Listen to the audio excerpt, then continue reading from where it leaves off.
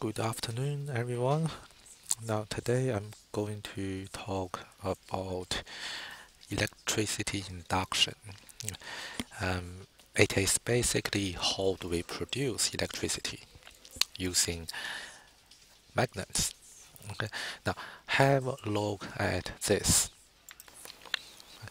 I found this YouTube video there. Yeah. Have a look again. Now, this is a standard DC motor. It's just a normal DC motor, but what this guy did here is, instead of connecting a DC motor with a battery, he rotates the shaft, and as a result, electricity are generated.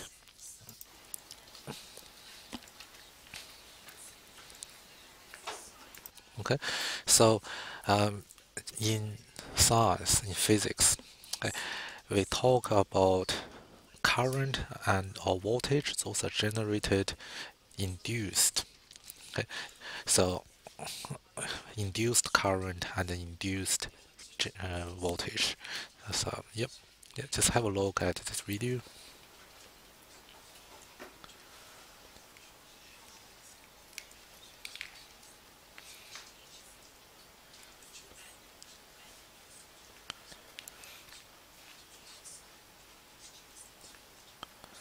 So what he did here was, now when he rotates the shaft of one DC motor, it produces electricity, and he connect those electricity to another DC motor. So when he turns a motor A and a motor B turns, and assume in ideal condition, assume there's no friction, no power loss, uh, the energy he used will be transferred to the energy will be transferred from motor A to motor B.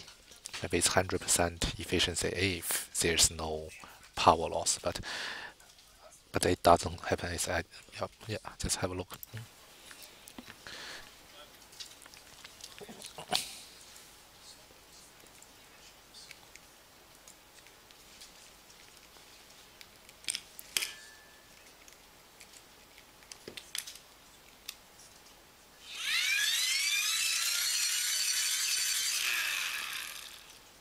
Yep.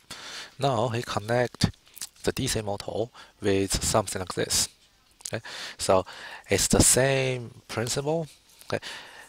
Just with magnets inside, and he just turn it, electricity produces, and it goes to a motor. Okay?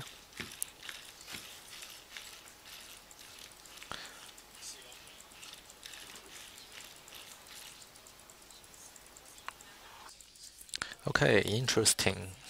Now let's come to the math. Let's talk about the math. Now, in this, well, yeah, that's what we're going to learn this week. But before we do the interesting stuff, we have to do the math. The first thing I'm going to introduce will be called a magnetic flux. Yep. So we talked about magnetic field before. Right? So between the north and the south of a magnet, okay, we have a magnetic field moving from the north to the south. Okay. In science, we draw it in lines. Okay. So we call those lines magnetic field lines. Okay. So yeah, I just draw some example. So the idea is now it's a measurement of the strength of the magnetic field. So if I move the magnet further apart, the magnetic field will be less. Okay. Now, however, there's another way to measure the strength of magnetic field, which is magnetic flux. Okay. Now, let me give you an example on this. So if I have Say now, say if I have a magnetic field that which is go into the page. Okay? So now I put a loop of wires in it. Okay? Say if I have wires,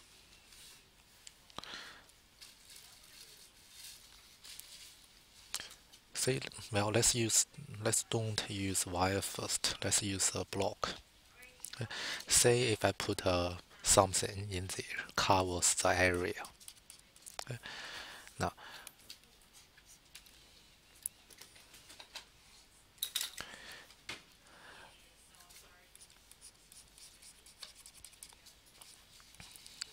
so the blue area are smaller than the red one.